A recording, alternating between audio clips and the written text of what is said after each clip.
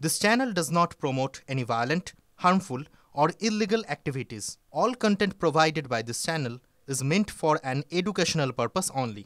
Top quality और consistent performance के लिए सिर्फ सिल्वर पंप नाम याद रखना। নমস্কার, দেখছেন টিভি9 বাংলা। আপনাদের সঙ্গে রয়েছি আমি তন্নিষ্ঠা। আর এই মুহূর্তে কিছু ব্রেকিং নিউজ আপনাদের জন্য। শুরুতেই যে খবর, ছাত্র সংসদের প্যাড ব্যবহার করে বার্ষিক সাংস্কৃতিক অনুষ্ঠানের বিজ্ঞপ্তি। নয়া বিতর্ক বর্ধমান বিশ্ববিদ্যালয়। একই রকমের প্যাড ব্যবহার করে দুটি বিজ্ঞপ্তি জারি করা হয়েছে। তাতে সভাপতি এবং সাধারণ সম্পাদক হিসেবে দুজনের নামও আছে। মনোতোষ আমাদের প্রতিনিধি আমাদের সঙ্গে রয়েছে। মনোতোষের থেকে জানতে চাইবো কিভাবে ছাত্র সংসদের প্যাড ব্যবহার করে এইভাবে বার্ষিক সাংস্কৃতিক অনুষ্ঠানের বিজ্ঞপ্তি দেওয়া হচ্ছে, কি চলছে সেখানে? একদমই তাই। দেখো, এই অভিযোগই কিন্তু সামনে এসছে এবং যেটা দেখা যাচ্ছে যে বার্ষিক যে অনুষ্ঠান রয়েছে, যে সোশ্যাল রয়েছে, সে সোশ্যালের বিজ্ঞপ্তি দেওয়া হচ্ছে ছাত্র সংসদের প্যাডে। আবার একই রকম প্যাডের দু জায়গায় সভাপতি এবং সম্পাদক আলাদা রয়েছে।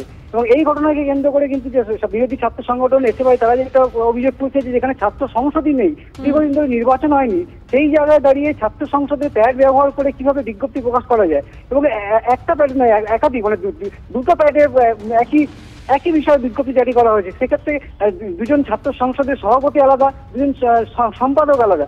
কিভাবে এই নিয়ম বহির্ভূত কাজ এভাবে করা হচ্ছে, এই নিয়ে কিন্তু এসএফআই সরব হয়েছে। যদিও বিশ্ববিদ্যালয় কর্তৃপক্ষ, তাদের সঙ্গে আমরা যখন কথা বলেছিলাম, তারা যেটা জানাচ্ছে যে এই ছাত্রদের যে অনুষ্ঠান রয়েছে, সেই অনুষ্ঠানে বিশ্ববিদ্যালয়ের নিজস্ব যে কমিটি রয়েছে, সেই কমিটি করবে এবং এর সঙ্গে ছাত্র সংসদের বিষয় নয়, শুধু সমস্ত ছাত্রছাত্রীদের নিয়ে অনুষ্ঠান হবে এবং তার জন্য আলাদা করে কমিটি করা হচ্ছে। সেই কমিটি পুরো বিষয়টি দেখছে। তারপরে ছাত্র সংসদ কিভাবে বিজ্ঞপ্তি জারি করে, এ নিয়ে কিন্তু প্রশ্ন থাকছে। নজর রাখো মনোতোষ, ধন্যবাদ। বেআইনি ছাত্র সংসদের প্যাড ব্যবহার করে সোশ্যালের নোটিফিকেশনের বৈধতা নিয়ে প্রশ্ন তুলে সরব হলো এসএফআই। বর্ধমান বিশ্ববিদ্যালয়ে যে সোশ্যাল আগামী 9 তারিখ থেকে হতে চলেছে, সেই সোশ্যাল অবশ্যই সোশ্যাল হবে। একটা সোশ্যাল বিশ্ববিদ্যালয়ের জন্য অত্যন্ত গুরুত্বপূর্ণ, কিন্তু সেই সোশ্যাল হতে হবে বিশ্ববিদ্যালয়ের ছাত্রছাত্রীদের ব্যানারে, সেই সোশ্যাল হতে হবে বিশ্ববিদ্যালয়ের নিজস্ব ব্যানারে। যে মেয়াদ উত্তীর্ণ নন ইলেক্টেড বেআইনি একটা ছাত্র সংসদ নিজেদের মতন করে পরিচালিত হচ্ছে, সেই ছাত্র সংসদের ব্যানারে হওয়াটা কোনোদিনই আইন উপযুক্ত নয়। গত 7 বছর ধরে ছাত্র সংসদের কোনো নির্বাচনই হয়নি, তাহলে কিভাবে দুটি আলাদা বিজ্ঞপ্তি বিশ্ববিদ্যালয়ের ছাত্র সংসদের নামে হতে পারে, তা নিয়ে প্রশ্ন তুলেছে এসএফআই। অভিযোগ ঠিক নয়, পিছনে এসএফআই এর চক্রান্ত, দাবি তৃণমূলের। আমরা ছাত্রছাত্রীদেরকে জাস্ট ইনফরমেশন একটা দিয়েছিলাম, সেই হিসাবে নোটিফিকেশন করা। আর হাইকোর্টে সম্প্রতি যে রায় দিয়েছে সেটার প্রতিও আমাদের আস্থা আছে। আর প্রথম কথা হচ্ছে, এসএফআই যা কথা বলে, এসএফআই ছাত্রছাত্রীদের স্বার্থেও থাকে না, ছাত্রছাত্রীদের নিয়ে তারা লড়াইও করে না। আর আমাদের বিশ্ববিদ্যালয়ে তাদেরকে খুঁজেও পাওয়া যায় না। বর্ধমান বিশ্ববিদ্যালয়ের সোশ্যাল বলে যে নাম বলার এরকম কোনো প্রোগ্রাম আমার অন্তত জানা নেই। যেটা হচ্ছে, একটা প্রোগ্রাম অবশ্যই হচ্ছে, সেটা স্টুডেন্টদের একটা কালচারাল ফেস্টিভ্যাল, যেটা আমাদের অনারেবল ভাইস চ্যান্সেলর স্যার একটা কমিটি ফরমেশন করেছেন, যে কমিটিটার নাম হচ্ছে উৎসব কমিটি, যাতে ইউনিভার্সিটি অথরিটি আছেন, সবাই ইউনিভার্সিটির অফিসাররা সেই কমিটির মেম্বার তারা আছেন। এবং সেই উৎসব কমিটি একটা স্টুডেন্ট কালচারাল ফেস্টিভ্যাল অর্গানাইজ করছে। ছাত্র সংসদের প্যাড ব্যবহার করে বার্ষিক সাংস্কৃতিক অনুষ্ঠানের বিজ্ঞপ্তি, নয়া বিতর্ক বর্ধমান বিশ্ববিদ্যালয়। একই রকমের প্যাড ব্যবহার করে দুটি বিজ্ঞপ্তি জারি করা হয়েছে, তাদের সভাপতি এবং সাধারণ সম্পাদক হিসেবে দুজনের নামও আছে। বেআইনি ছাত্র সংসদের প্যাড ব্যবহার করে সোশ্যালের নোটিফিকেশনের বৈধতা নিয়ে প্রশ্ন তুলে সরব এসএফআই। গত 7 বছর ধরে ছাত্র সংসদের কোনো নির্বাচনই হয়নি, তাহলে কিভাবে দুটি আলাদা বিজ্ঞপ্তি বিশ্ববিদ্যালয়ের ছাত্র সংসদের নামে হতে পারে, তা নিয়ে প্রশ্ন তুলেছে এসএফআই। অভিযোগ ঠিক নয়, পিছনে এসএফআই এর চক্রান্ত, দাবি তৃণমূলের।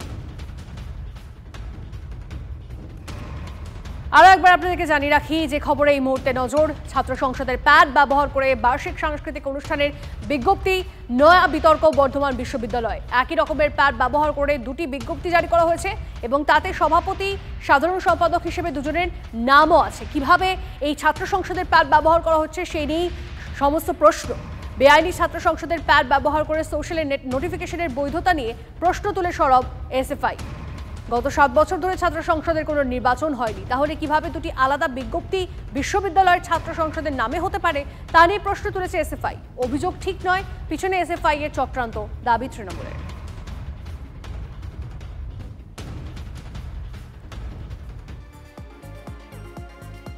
এদিকে দেখুন, মনোজিৎ মডেল রাজ্যের অন্য কলেজেও। কসবা আইন কলেজে মনোজিতের নিয়োগ নিয়ে ঢাকঢাক গুড়গুড়ের মাঝেই সামনে আসছে আরও ছবি।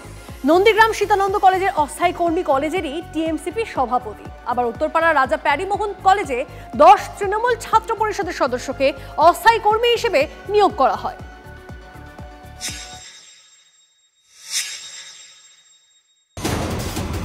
নন্দীগ্রাম সীতানন্দ কলেজে একই কাণ্ড। কলেজের টিএমসিপির সভাপতি, প্রথম বর্ষের ছাত্র কলেজের গ্রুপ ডি অস্থায়ী কর্মী। প্রথম বর্ষের ছাত্র সুমিত মণ্ডল কিভাবে কলেজের অস্থায়ী কর্মী হিসেবে কাজ করেন তা নিয়ে প্রশ্ন তোলে এবিভিপি। নন্দীগ্রাম সীতানন্দ কলেজের সভাপতি যিনি আছেন, তিনি দীর্ঘ 4 থেকে 5 বছর ধরে শুনছি ফার্স্ট সেমিস্টারে ভর্তি আছে এবং তিনি কলেজের সভাপতি। দীর্ঘ কয়েকদিন ধরে আমরা এবিভিপির পক্ষ থেকে প্রিন্সিপালকে জানিয়েছি, তার কোনো সদুত্তর পাইনি। নিয়োগের কথা স্বীকার করে নেন সুমিত। তার দাবি, কলেজ মনে করেছে, অথরিটি মনে করেছে যে একটা গরিব বাড়ির ছেলেকে যে কিছু করে খাওয়ার জন্য, তার পড়াশোনা চালিয়ে নিয়ে যাওয়ার জন্য, তাই আমাকে সেই সুযোগটা দিয়েছে অথরিটি। এই কলেজের পরিচালন সমিতির সভাপতি আবু তাহের, তিনি কি বলছেন? আমার কাছে অভিযোগ এসেছে, নিশ্চয় হচ্ছে আমি এই বিষয়টা খতিয়ে দেখব।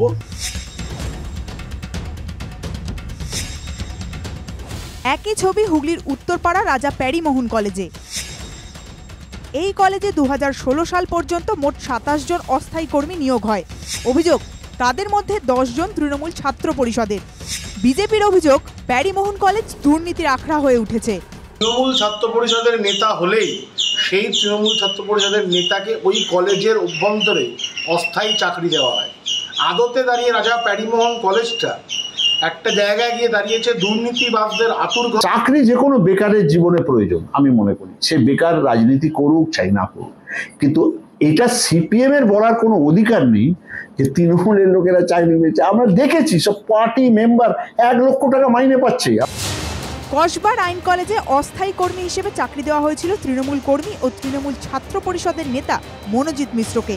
ধর্ষণকাণ্ডে গ্রেফতারির পর মনোজিতের একের পর এক কুকীর্তি সামনে আসছে। এবার অন্য কলেজেও তৃণমূল ছাত্র পরিষদের সদস্যদের অস্থায়ী কর্মী হিসেবে নিয়োগের অভিযোগও সামনে আসছে, জানিয়ে সরব হচ্ছেন বিরোধীরা। কনিষ্ক মাইতি ও আসিক ইনসানের রিপোর্ট, TV9 বাংলা।